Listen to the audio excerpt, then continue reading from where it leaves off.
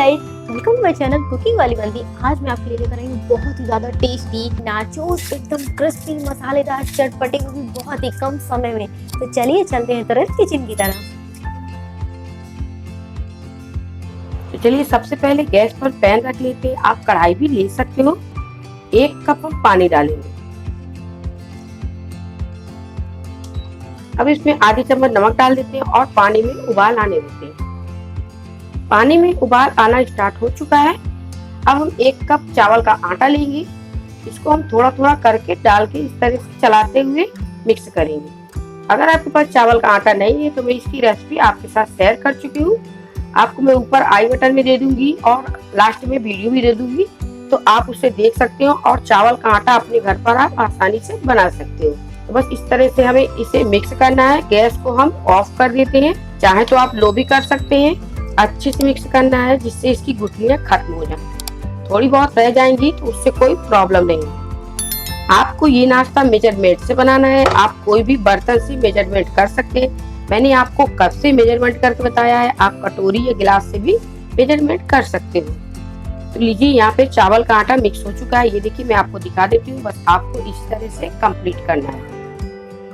अब हम गैस को ऑफ कर देते हैं और चावल के आटे को ढककर 10 मिनट के लिए रेस्ट देते हैं, जिससे चावल का आटा अच्छे से पक जाए। चावल के आटे को 10 मिनट हो चुके हैं। चलिए खोलकर चेक कर लेते हैं। ये देखिए, आटा बहुत ही ज्यादा सॉफ्ट हो चुका है और हल्का हल्का सा ठंडा भी हो चुका है।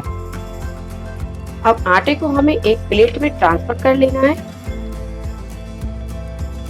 अब आटे में 1 चम्मच सरसों का तेल डाल देते हैं। आप चाहे तो रिफाइंड तेल भी डाल सकते हो। इसे मिक्स कर लेते हैं। ये थोड़ा गर्म है तो आप स्पैचुला या हैंता से ही मिक्स करें। थोड़ी देर बाद ही इसे हाथ से हम मैश करेंगे।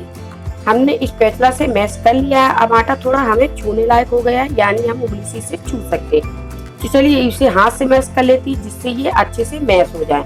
आटा थोड़ा गर्म है, इसलिए आप आराम से इसे मैश करिए। कोई जल्दी की बात नहीं है, आप धीरे धीरे इसे मैश कर सकते हैं, जैसे मैं कर रही हूँ। बस आपको इसी तरह से करना है, लेकिन ये काम आपको गर्म में ही करना है, यानी थोड़ा थोड़ा सा गर्म होना चाहिए। बिल्कुल ठंडा आपको नहीं करना है। अगर बिल्कुल ठंडा चावल का आटा हो जाएगा तो आसानी से मैश नहीं होगा। आटे को हमने मसल लिया है। ये बहुत अच्छे से सॉफ्ट हो चुका है। ये देखिए, मैं आपको दिखा देती हूँ। बस आपको भी इसी तरह से कंप्लीट करना है। चलिए आटे को हम नीचे रख लेते हैं और इसमें हम थोड़ा सा फिर से चावल का आटा फैला देते हैं और इसकी हम लोई बना लेते हैं।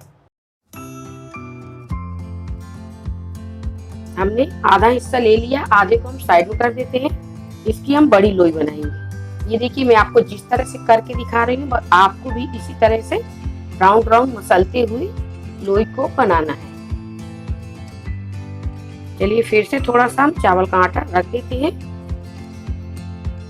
अब हम बेल लेते हैं। पतला ही बेलना है, मोटा नहीं बेलना है। थोड़ा सा चावल का आटा हम फिर से डाल देते हैं, पलट देते हैं।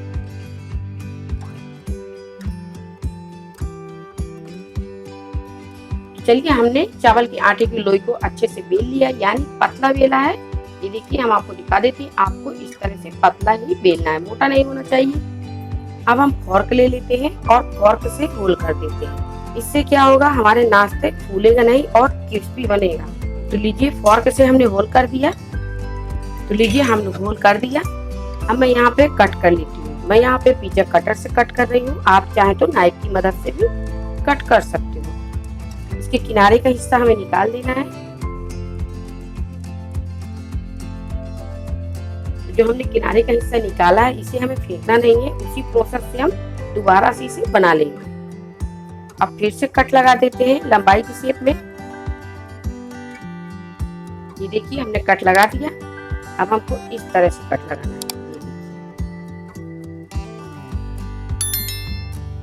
बस आपको इसी तरह से बेलना है, यानी काटना है। ये देखिए कितना ज्यादा पतला है। बस आपको भी इसी तरह से कंप्लीट करना है।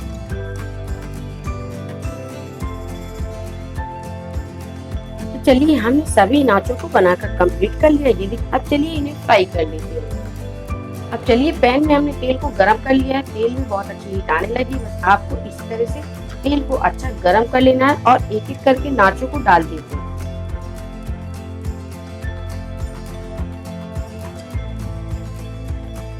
चलिए हमने नाचो डाल दिया, अब इन्हें पलट देते हैं। इसी तरह से उलट पुलट करके नाचो को अच्छा गोल्डन ब्राउन कलर दे देंगे, यानी बहुत ही अच्छे से करारा होने तक इसे फ्राई करेंगे।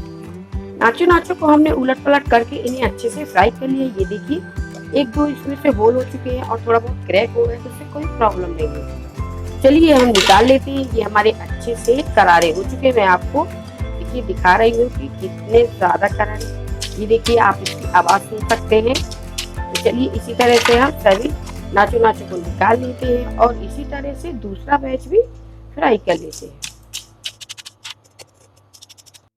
हमने सभी नाचो को निकाल कर कंप्लीट कर लिया है। फ्रेंड ध्यान रखना है आपको कि नाचो को हम हाई फ्लेम पे ही निकालेंगे।